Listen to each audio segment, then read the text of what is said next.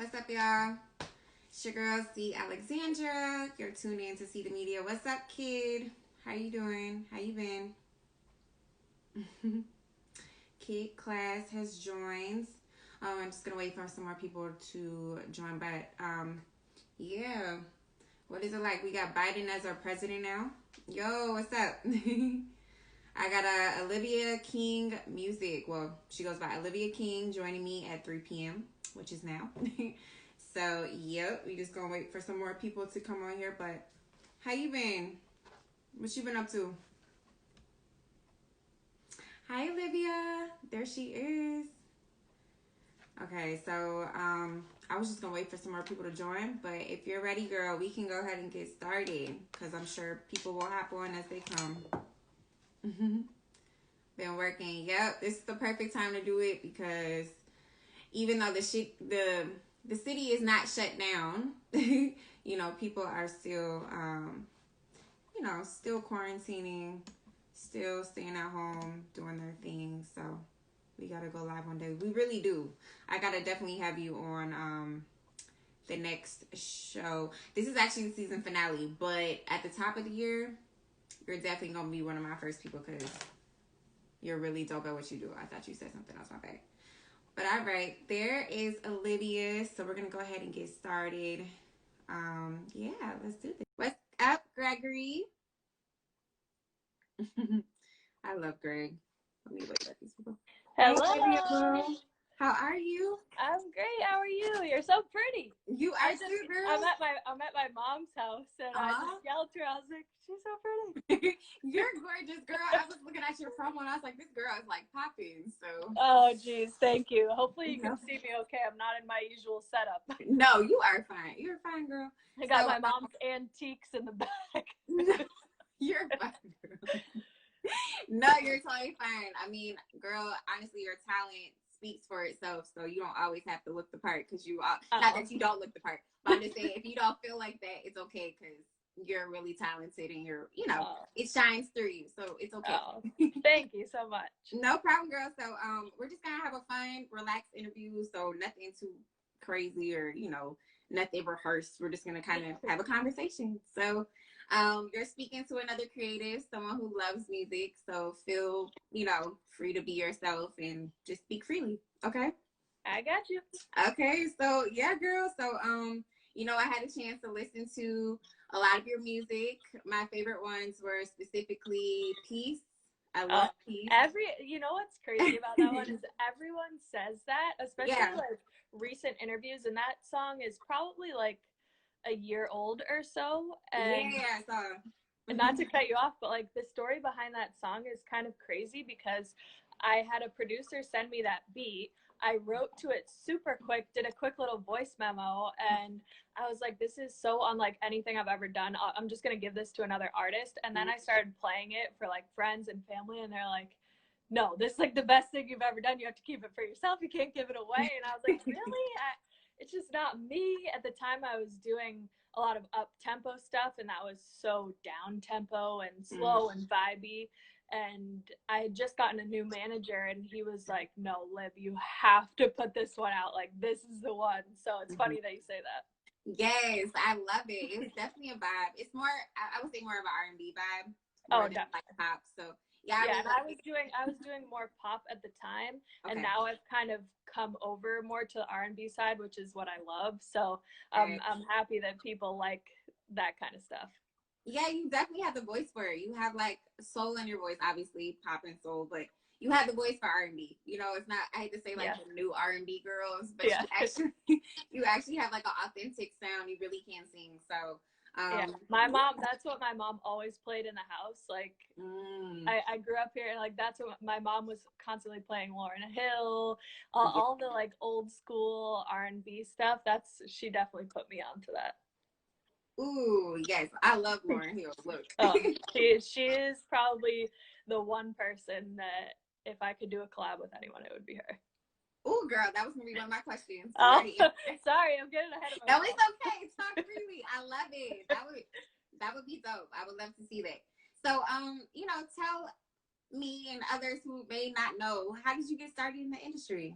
Yeah, so I released my first single in 2017, and it was kind of after I had worked with a bunch of different companies, different independent labels, and nothing ever seemed to quite work out the way I wanted it to. And I was like, you know what? I'm seeing people like Chance the Rapper do this independent. Like, I don't need anyone. I'm going to try to give this a go on my own and see what comes of it.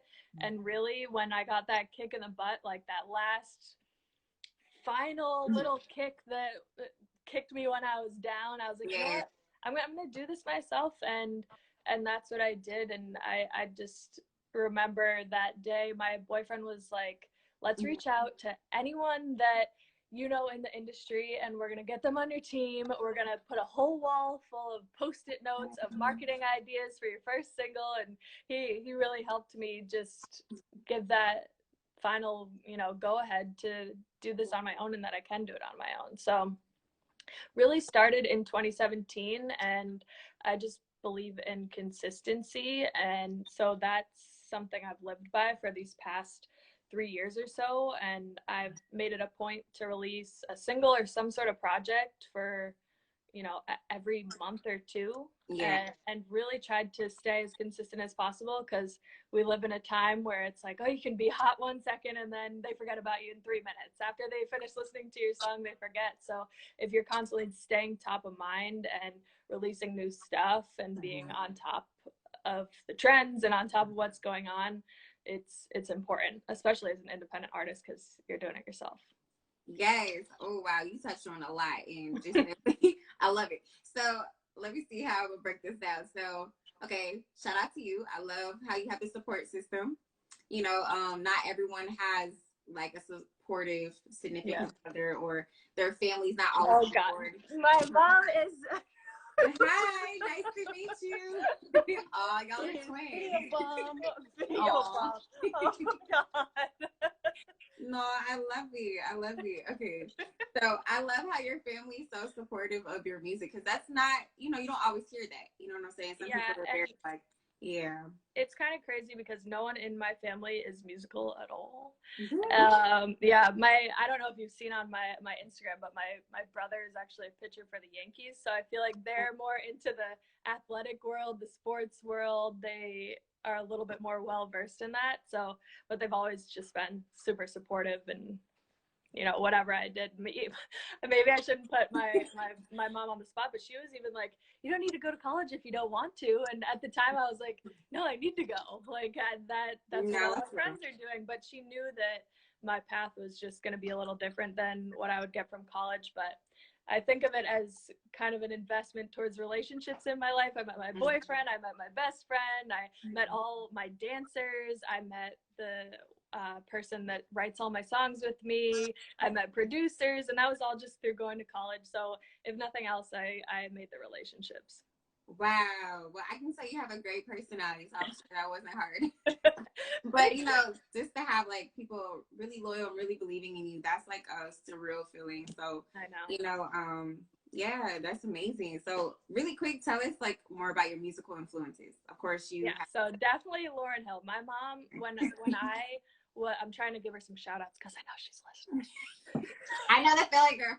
I know how that goes.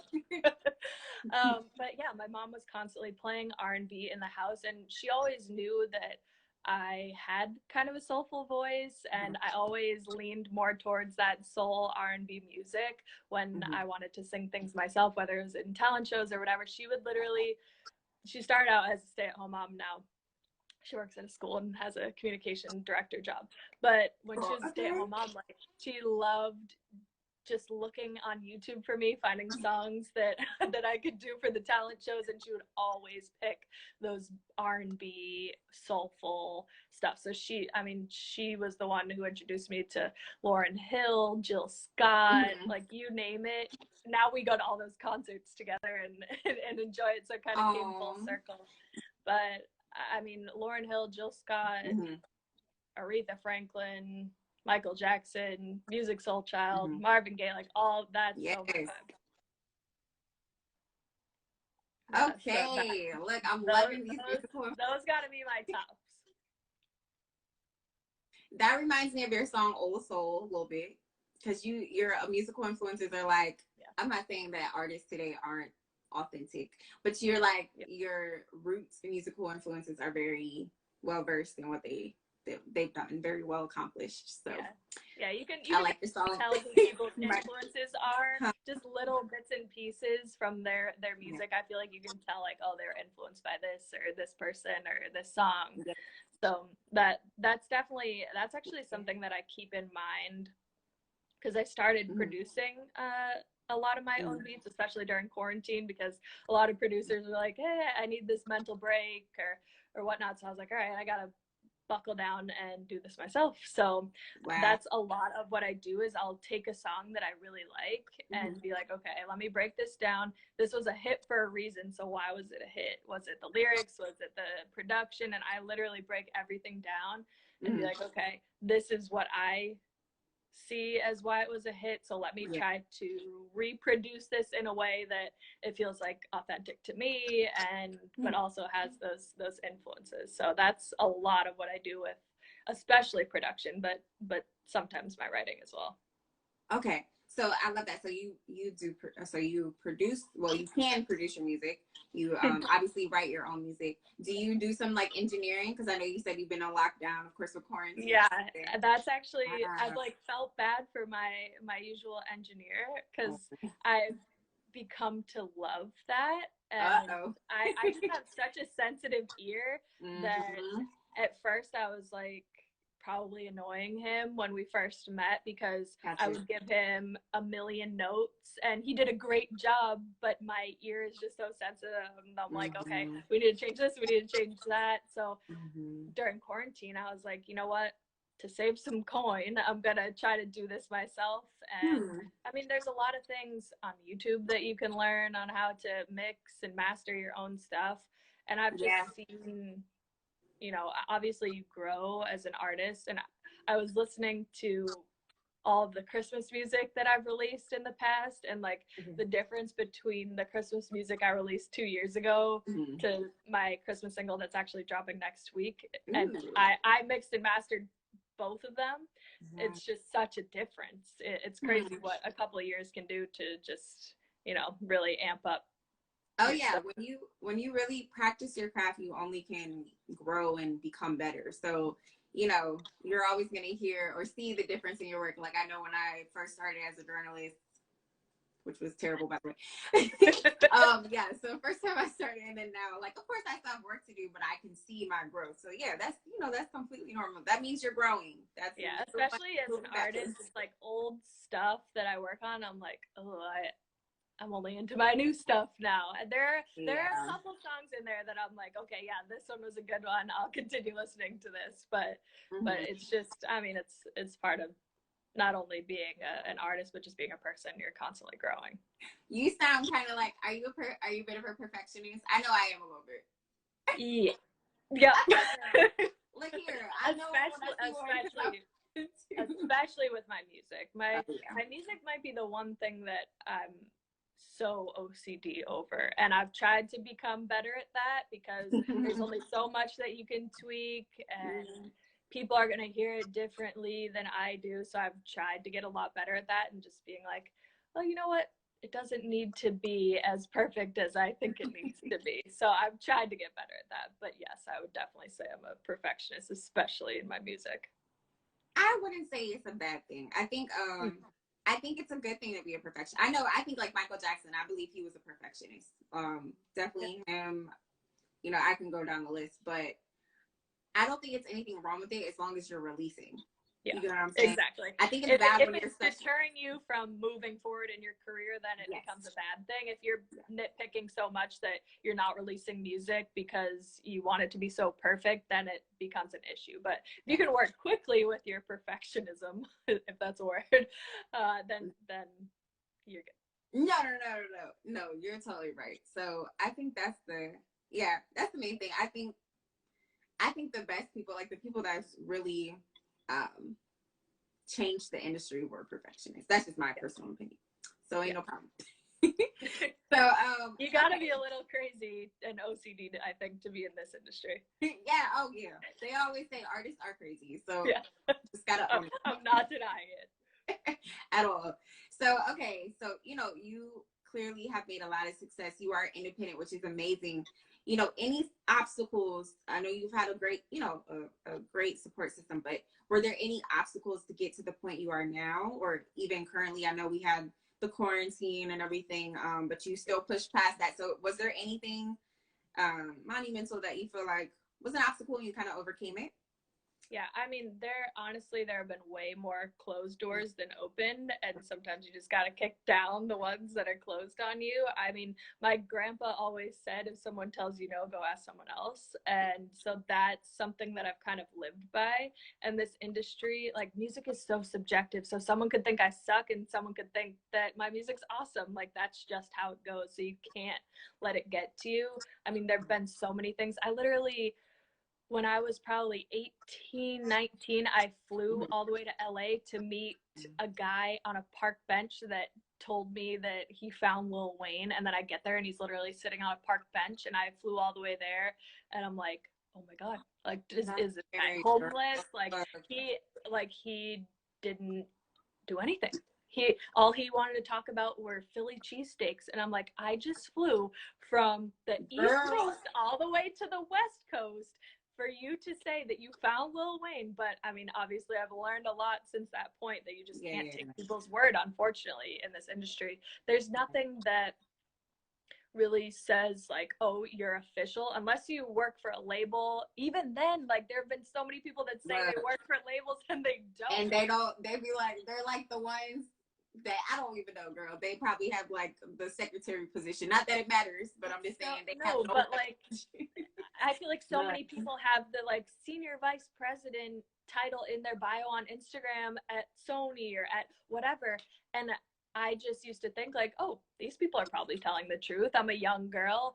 And unfortunately, people like that just took advantage of me. And so, I mean, there were so many of those just crazy stories that it ended up just getting like a little defeating, because I'm like, geez, are there any good people in this industry? And then the kind of story that really kicked everything into high gear was I had this label that sent me a contract, and it was an independent label, and they just promised the world to me. And so I was, in my gut, I was like, this doesn't seem right. I signed the agreement, was waiting on the countersigned agreement to come back, and I had a couple questions, a couple things that I wanted just clarified in it, and they're like, actually, we're not going to move forward. And it was like 6 months of working with them, and I was like, geez, like, this sucks. I was so excited, and I just remember being so emotional, and I'm like sitting at my kitchen table crying while I'm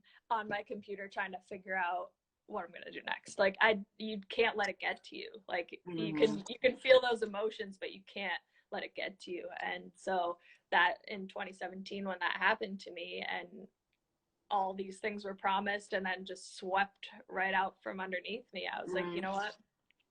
I can do this myself, and I can trust myself. That's the one person I can rely on and trust. And so that's what I did. I really don't have a big team. I have people that kind of come in and out, and some people have stuck around, but really, like, it's so hard. Like, there are only a couple people that I can really trust, and I know their intentions are correct, especially being a woman in the industry. Like, I can't tell you how many times that whole Me Too movement, I was like, me freaking too. Like, oh yeah, girl. It's awful. It's absolutely awful. I've sat down with some of the highest up people in the music industry and had them tell me the grossest stuff that I would need to do to get to where I wanted to be. And I'm like, this just isn't right. This is not right. And so it's, you know, I just have more respect for myself than to do things like that to get to the top. I just believe that there are other ways to do it, and to do it the right way, and to do it in a way where you're classy and you still, you know, rise to the top. So needless to say, a lot of obstacles that, like, there's probably too many to even talk about, but you just can't let it get you down, whether you're in the music industry or another industry. Like, things like that are going to happen, and it's the strong will prevail, as they say. You just gotta push through. You sound like me. We're just in two different industries. Yeah.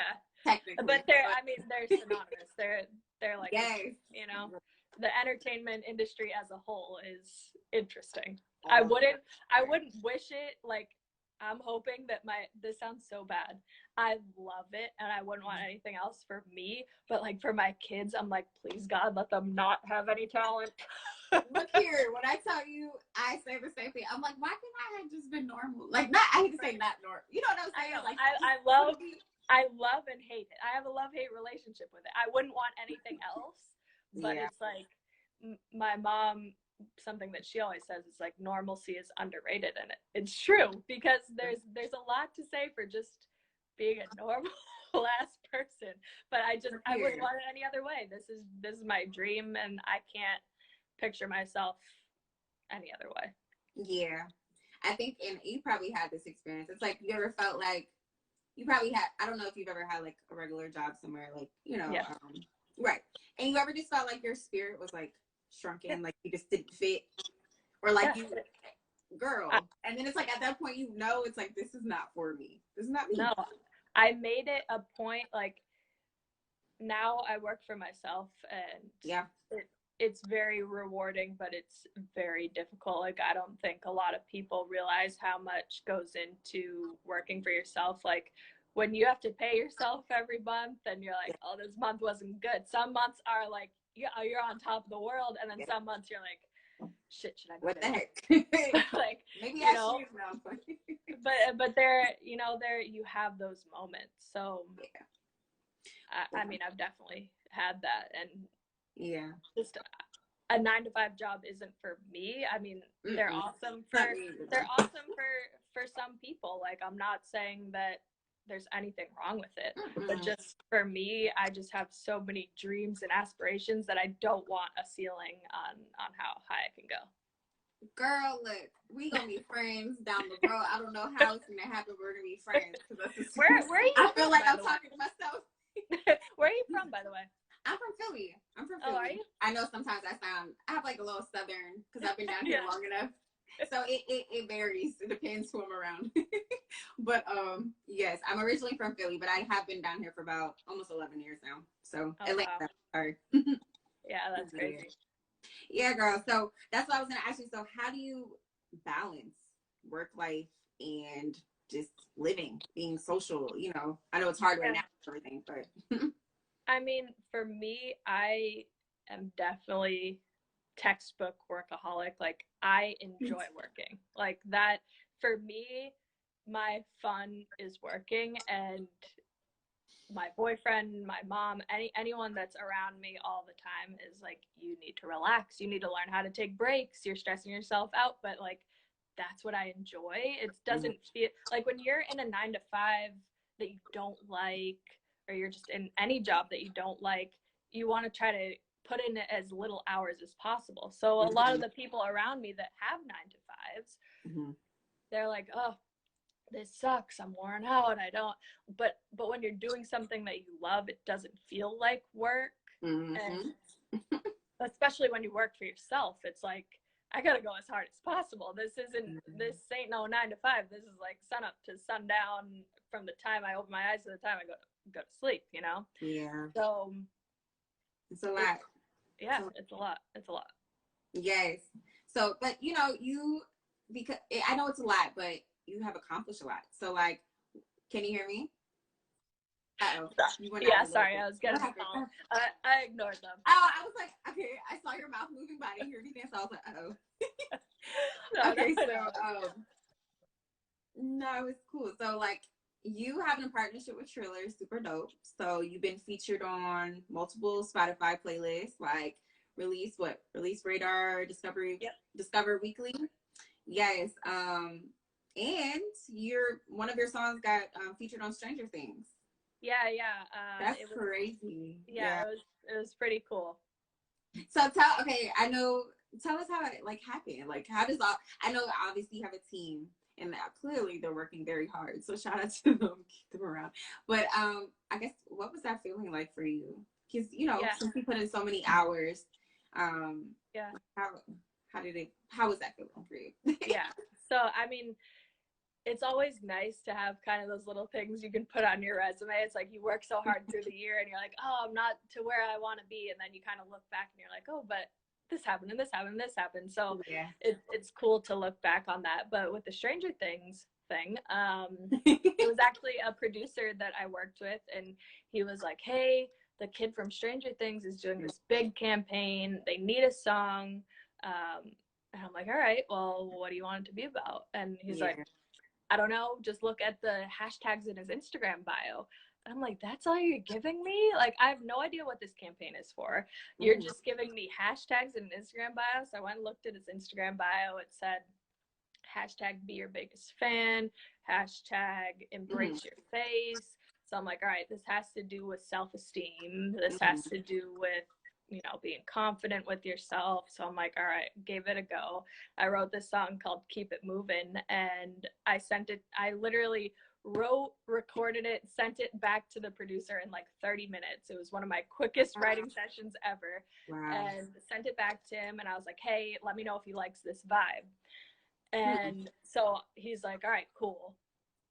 And that was probably on like a Thursday. And the following Monday, I get a text from the producer. All right, he's using it and he's going live today. I'm like, what do you mean? I didn't mix it. I didn't master it. He just wants to take it as is. And he was like, yeah, he loved it. It's perfect the way it is. So he's going live. He's posting it. He's using it for his campaign. He did this whole video with it. And so it was really cool. So it was Caleb McLaughlin, one of the little things. And so, yeah, it was super cool. It's nice to have like those little feathers in your cap that you can put in, because you work hard and sometimes it seems like, oh, you're doing all this for nothing. And so finally, when little things like that happen, it's pretty cool. And I agree with you, because it's sometimes you have, you know, us as creatives, great things will happen, but there are times where we feel unmotivated, or, well, at least for me, I don't want to speak for you.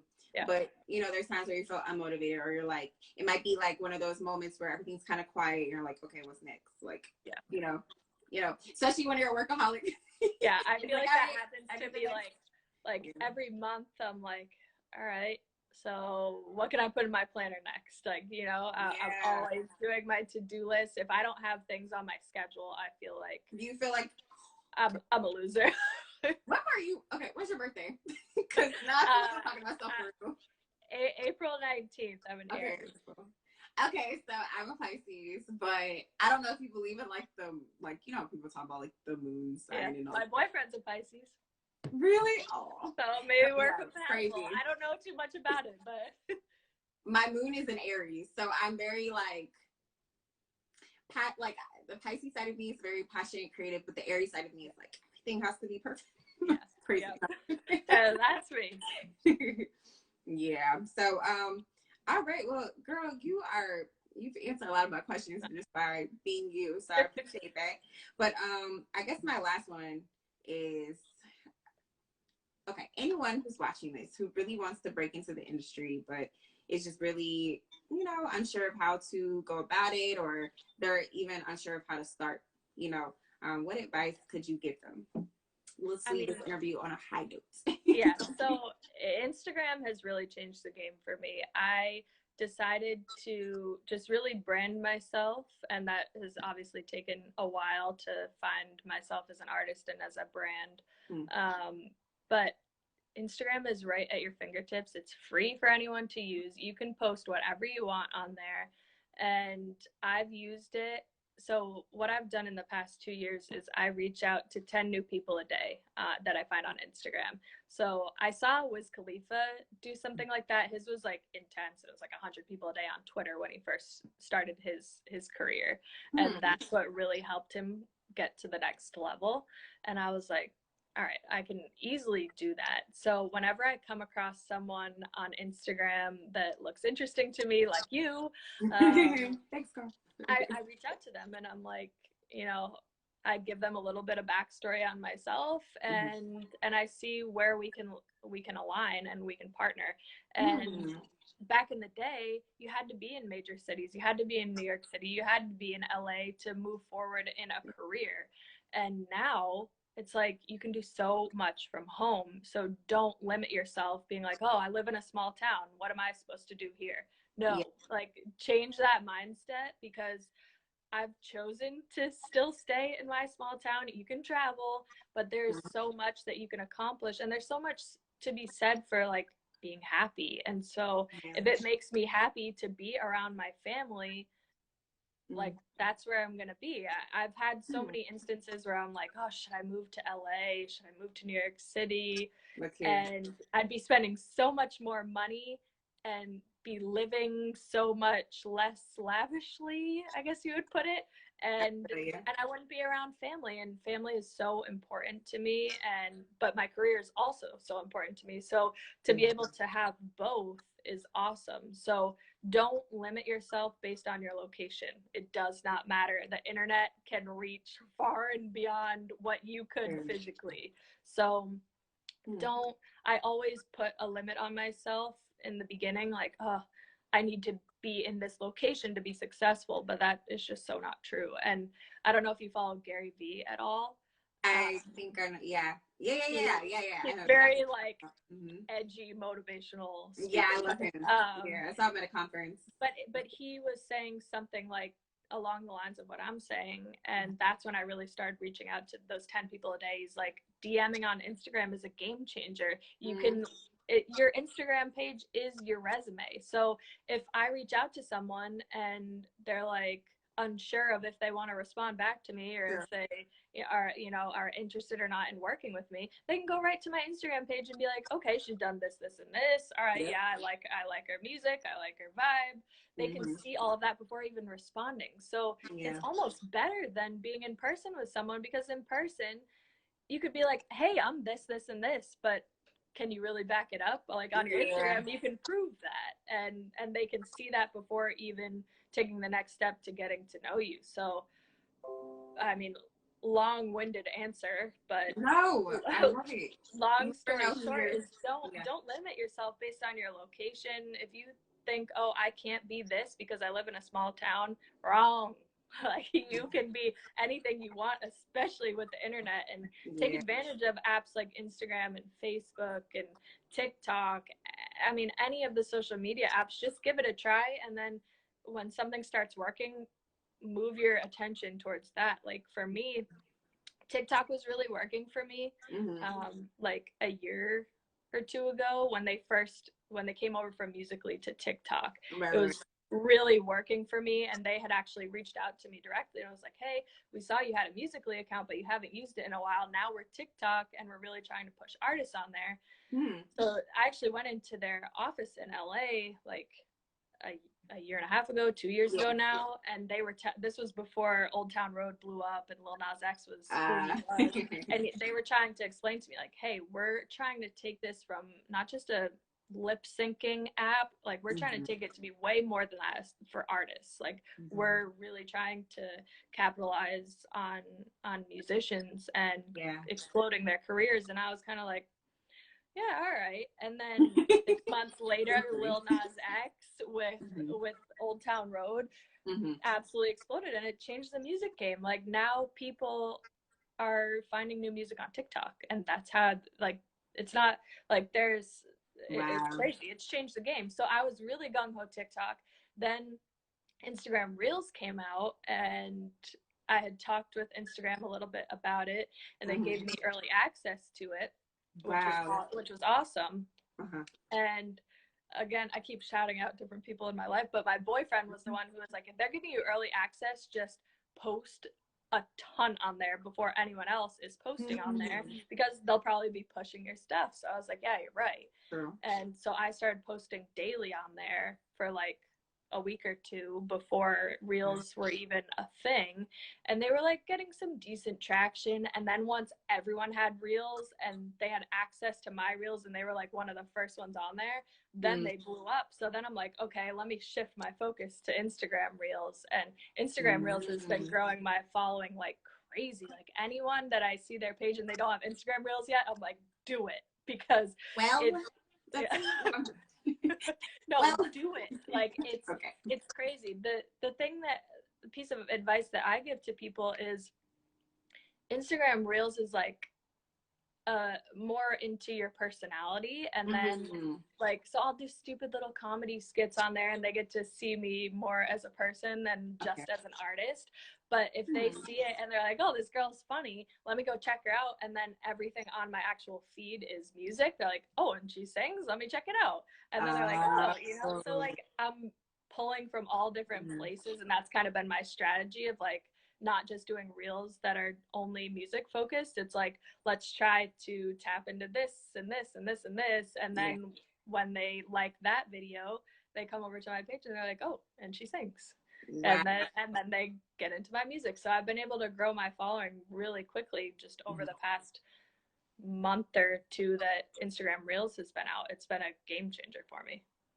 Okay, look at you. Look, I learned something today, and that's why I love this, because I love always, hopefully I can, you know, share a piece of knowledge with someone out there. And then of course, you know, I hope I learned something as well. So that's amazing. Instagram Reels, noted. Oh yeah. Oh, I mean, and they're my wheels are turning for you now on like different things you could do on Reels. So I'll put my think cap on and message you once I have some concrete ideas. I was like, don't say it on here. They gotta pay you for it. No. I'm kidding. No, but I mean, there are so many like creative angles that you could take for your Instagram Reels that would be so different than just like everything that's on there.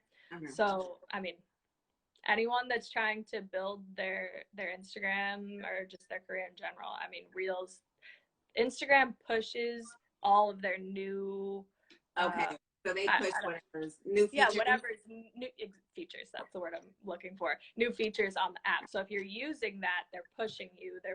I mean, it's just Reels is different because if I just were to post on now I'm getting into the technical stuff, but if I were to just post on my feed, it's really only going to my followers and people who already follow me. But with Reels, it's going on the Discover page, and it's just like TikTok. Like if the algorithm kicks in and they see that people are liking it, they're gonna just keep pushing. So Reels. Long story short, Reels. Who would have ever known? Look here. Did you go to school for marketing before we go? I actually went to school for communication. I wish I went for marketing because communication you can use in just day-to-day life and in anything. But I mean, really, I wish I went for marketing because that's something I'm passionate about now with my music. Like I love the business side of the industry, which is probably a little different than a lot of artists that are like, oh, I just want to focus on my craft. But to me, like, I love seeing the numbers. I love seeing the business side. That's like something that I'm really interested in. Wow. I feel like, okay, it's crazy. I feel like I'm literally talking to myself. So that's awesome. Well, you got a new friend. Yes, I really enjoyed this. I really enjoyed this interview. Wow. So, yeah, Olivia, you're amazing, and you know, keep doing your thing, and we can't wait to hear your new song is dropping, Christmas song. Yes, I have a Christmas song dropping next week. It's called Secret Santa. It's like totally not the typical classic corny Christmas vibe. I tried to go different with it. It's actually more of like a Christmas 7 Rings, which sounds weird, but the beat is a lot harder than usual Christmas songs, but then I put some bells in there to make it sound right. You know, so it's like